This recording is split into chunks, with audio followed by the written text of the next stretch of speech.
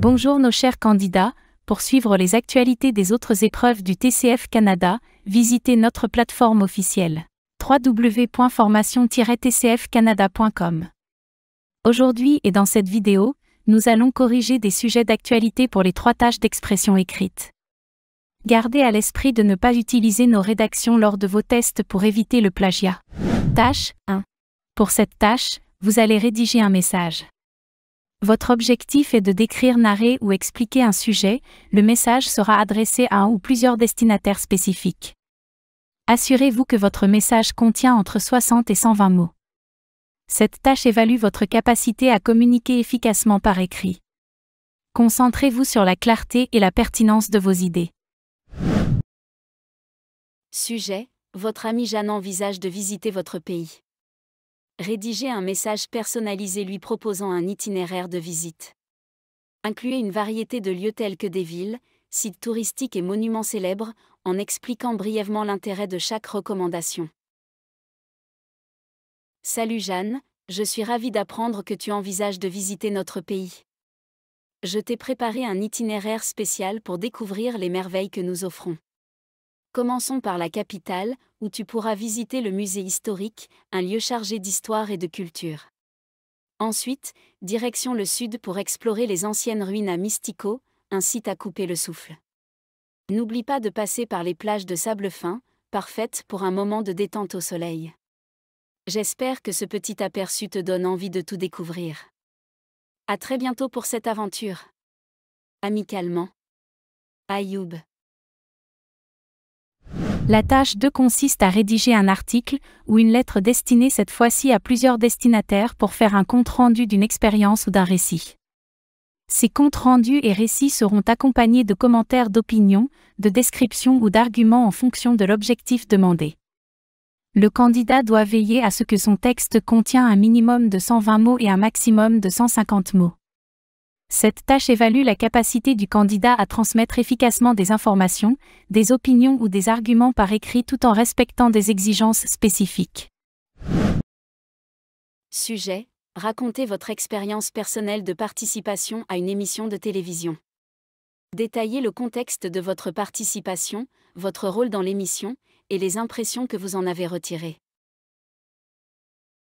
Cher lecteur, lorsque j'ai participé à l'émission La Voix, l'excitation était palpable.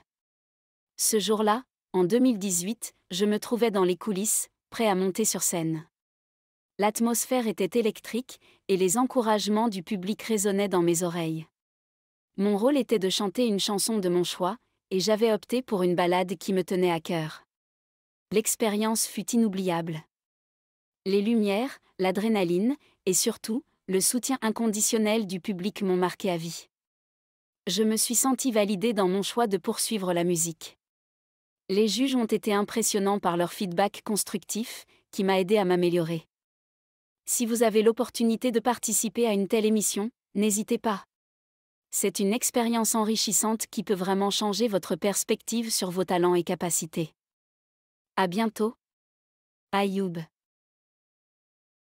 La tâche 3 implique d'écrire un texte qui compare 2 points de vue opposés tels que présentés dans 2 documents courts et simples d'environ 80 mots chacun.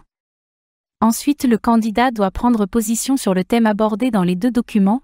Le nombre de mots attendus est d'un minimum de 120 mots et un maximum de 180 mots. D'abord, on fournit de 2 documents présentant 2 opinions sur une réalité spécifique, puis on demande au candidat d'écrire un court article. Cet article devrait comporter une première partie de 40 à 60 mots résumant les points de vue présentés dans les 2 documents. Il devrait également inclure une deuxième partie de 80 à 120 mots maximum exprimant le propre point de vue du candidat sur le sujet discuté dans les 2 documents.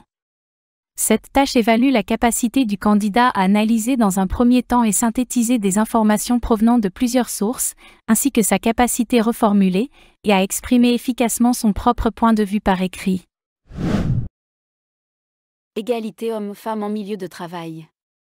Document 1. Certains postes sont majoritairement occupés par des hommes.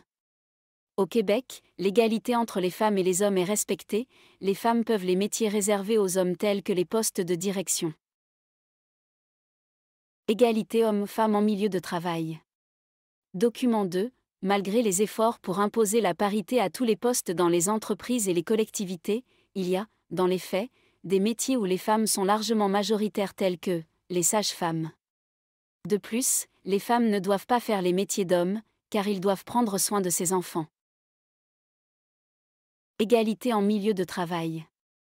Deux perspectives opposées dans le contexte actuel, des documents présentent des opinions divergentes concernant l'égalité entre hommes et femmes. Le premier document insiste sur le fait que, malgré la prédominance masculine dans certains postes, le Québec respecte l'égalité et permet aux femmes d'accéder aux postes jadis réservés aux hommes, tandis que le second document soutient que dans certains secteurs, comme celui des sages-femmes, la parité pose problème en imputant aux femmes des rôles traditionnels de soins familiaux. Pour ma part, je suis fermement convaincue que l'égalité en milieu de travail ne peut être atteinte que si l'on met en place des politiques concrètes axées sur la compétence, l'expérience et le mérite, indépendamment du genre. Accorder aux femmes un accès équitable aux postes de direction ne représente pas seulement une question de justice sociale, mais constitue également un levier stratégique pour améliorer la performance et l'innovation au sein des entreprises. Il est donc essentiel de revoir et d'adapter les pratiques en entreprise pour qu'elles favorisent une véritable culture de l'inclusion, tout en reconnaissant les réalités propres à chaque secteur. Ce n'est qu'en conciliant équité, adaptabilité et volonté politique que l'on parviendra à instaurer une égalité professionnelle authentique et durable.